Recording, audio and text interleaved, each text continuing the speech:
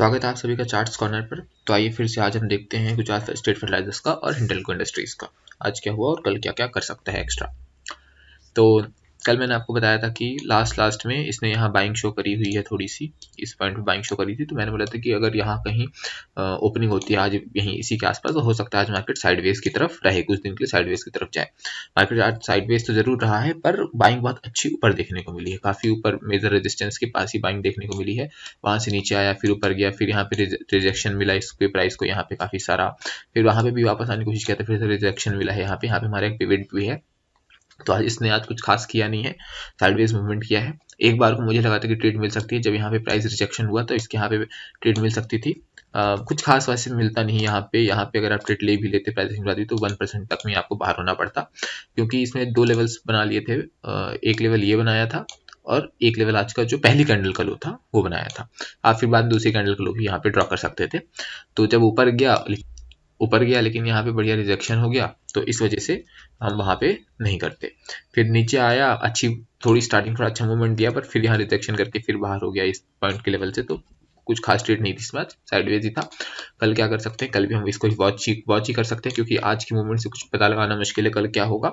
कल अगर इसके ऊपर देता है तो हम देखेंगे क्या प्राइस एक्शन बना रहा है, वरना इसके बीच में ही हमें ट्रेड करना पड़ेगा। जब यहाँ से रिजेक्शन होगा तो यहाँ तक का, जब यहाँ से रिजेक्शन होगा तो फिर यहाँ तक का। और अगर यहाँ कहीं पे ओपनिंग देता है साइडवेज ही, तो हमें फिर चेक करना पड़ेगा कि यहाँ पे रिजेक्शन देता है या ब्रेकआउट देता है, या फिर साइडवेज में इस एंगल को देख करके इसके नीचे जाता है तो हम इसे वापस ट्रेड लेंगे।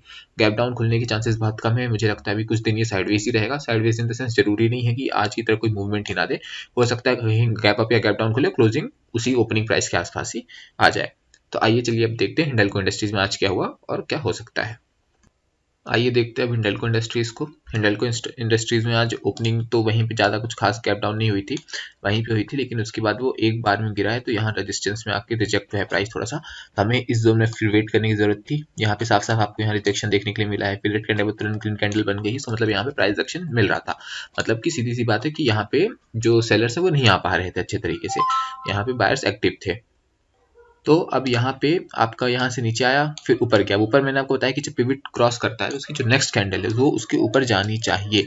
अगर उसके नीचे आ जाती है तो आपको उसमें ट्रेड नहीं लेनी है। वही सेम चीज़ यहाँ भी नेक्स्ट कैंडल उसके ऊपर जानी चाहिए, नीचे आएगी तो आपको फिर ट्रेड नहीं लेना है। अब यहाँ से यहाँ वाला जो जोन था, यहाँ पे आप फंसे हुए थे, क्योंकि यहाँ पे साइडवेज में आप ट्रेड ले नहीं सकते, क्योंकि इसके नीचे बायर्स हैं और यहाँ पे इसके ऊपर जाने दिया नहीं जा रहा था। तो आज भी इसमें मार्केट काफ़ी देर तक ऐसे नॉर्मल चलता रहा। अब यहाँ पे आपको इसमें प्राइस एक्शन देखने के लिए मिला, जूम करके दिखाता हूँ आपको थोड़ा सा, देखिए। अब मार्केट को बढ़ना है तो डायरेक्ट ग्रीन कैंडल बढ़ा के तो बढ़ेगा नहीं, आई मीन बढ़ भी सकता है, बट मेजरली अगर सेलर्स को आउट करते हुए जाना है तो नीचे आया, ऊपर गया, फिर वहां से रिजेक्शन लेकर के फिर नीचे आया, फिर यहाँ से बायर्स आए, यहाँ से ऊपर तक गया, फिर थोड़ा सा नीचे आया, यहाँ पे हल्की प्रॉफिट बुकिंग हुई, फिर ऊपर गया, फिर थोड़ा सा नीचे आया, फिर ऊपर गया। तो इस वाले लेवल को जैसे ही क्रॉस किया था, आप यहाँ पे ट्रेड ले सकते थे, और यहाँ पे ऊपर जाने के बाद फिर गया तो देखिए यहीं से इसी वाले लेवल से सपोर्ट लिया और यहाँ से ऊपर गया, अच्छी ट्रेड आपको मिल जाती।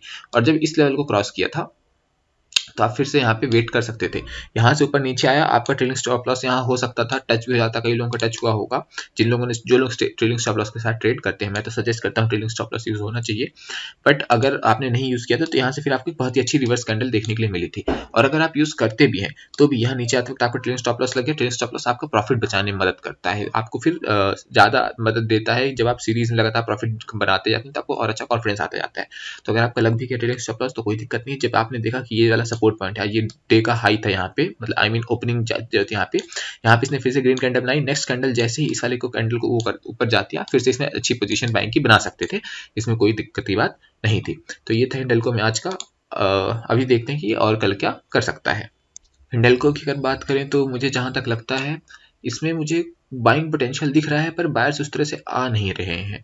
आई मीन मुझे लगता है कि इस मंथ के एंड तक ये 620 क्रॉस करना चाहिए। बट अगर देखें यहाँ पे प्रीवियस डेज में हम देखते हैं तो यहाँ से रिजेक्शन मिला था, फिर यहाँ तक गया, फिर रिजेक्ट हो गया, फिर वहां तक पहुंच रहा है, लेकिन इस पॉइंट के नीचे नहीं आने दे रहे हैं इसको। तो मतलब नीचे बाइंग है काफी सारी। तो मुझे ऐसा लगता है कि कल ये वापस यहीं कहीं खुलेगा, और अगर इस जोन को क्रॉस करता है 590 वाले जोन को क्रॉस करता है अच्छी कैंडल के साथ क्रॉस करता है अगर, तो मुझे लगता है कि काफ़ी अच्छा प्राइस हमें देखने के लिए मिल सकता है। और अगर वापस इसकी तरह जैसे यहाँ 3 बार रिजेक्शन मिला है यहाँ पे, तो अगर इसकी तरह यहाँ पे ऐसे फिर से कहीं रिजेक्शन मिलता है तो हो सकता है नीचे की तरफ आए। गैप डाउन खुलने के चांसेस बहुत कम है, खुलेगा भी तो बहुत ज़्यादा नहीं खुलेगा, उसके बाद भी अपवर्ड ही जाना चाहिए और फिर ऊपर जाने के बाद एक प्राइस एक्शन बना के ऊपर की तरफ जाना चाहिए, नहीं तो ऊपर से फिर रिजेक्शन लेकर के नीचे की तरफ आएगा। तो यही सब रहेगा कल के लिए हिंडेल्को में। और अगर कल बहुत ज़्यादा गैप डाउन खुलता है तो फिर आपको चेक करना पड़ेगा कि प्राइस एक्शन किस तरफ बना रहा है। गैप डाउन का मतलब ये नहीं है कि सेलिंग आ गई है। गैप डाउन कई बार प्रॉफिट बुकिंग के कारण भी और भी किसी और रीजन के कारण भी आ सकती है। गैप डाउन खुलने के बाद भी हो सकता है कि गैप डाउन खुलने के बाद यहाँ पे प्राइस एक्शन बनाता हुआ सीधे ऊपर भाग जाए, या फिर गैप अप खुले, ऊपर जाए, नीचे आए, ऊपर जाए और फिर डायरेक्ट क्रैश की तरह हो जाए। तो नॉर्मल खुलता है, हम रिजेक्शंस का वेट करेंगे यहाँ पे या फिर ब्रेकआउट का वेट करेंगे। और अगर नीचे की तरफ या ऊपर की तरफ कहीं भी ट्रेड लेता है तो प्राइस एक्शन का वेट करेंगे। Price action is the key. Okay, तो चलिए आज के लिए इतना ही था। धन्यवाद। प्लीज़ चैनल को सब्सक्राइब कर लीजिए, वीडियो को लाइक कर दीजिए। Thank you.